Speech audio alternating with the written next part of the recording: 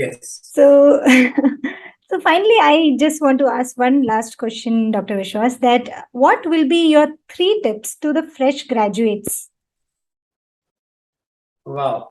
So I think I have to concise my answer into just three. I have a lot to Okay. say. Sure, just 3. Yeah. So first, what I want to say is work on your mindset. See, when we start to practice and we come out of the college, we are just like transiting from a student to a professional. We are very happy when we are interns because that doctor name will come on our dress and we feel, oh yeah, we are a doctor now. But that doctor word comes with a lot of responsibility. Responsibility of doing good to your patients, responsibility of doing good to your family and society, and being a role model to your society. So never forget that. Mindset starts with the talking on the conversation which we have with ourselves. So I do something which is known as mirror work, and you can search on mirror work by on YouTube by Louis Hay. That helps to improve your potential. It helps to improve your confidence.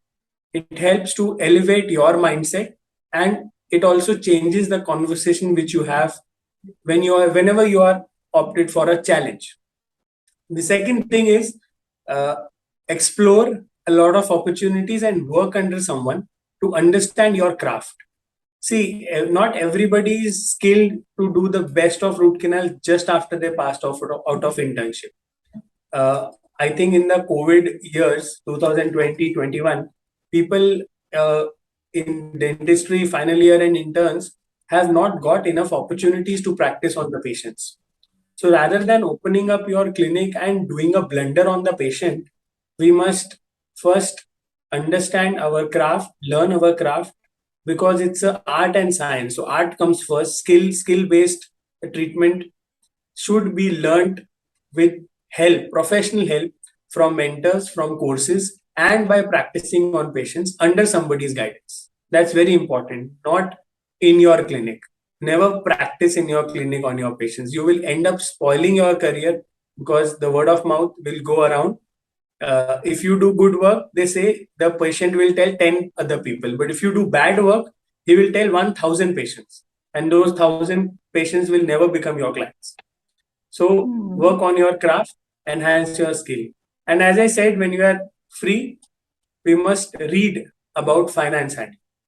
Uh, at the start of your career, if you even if you earn maybe in a locum job only 10,000 rupees, save 10% of it, make it a habit, and try to invest in your own learning. So investment in yourself is the best investment, they say.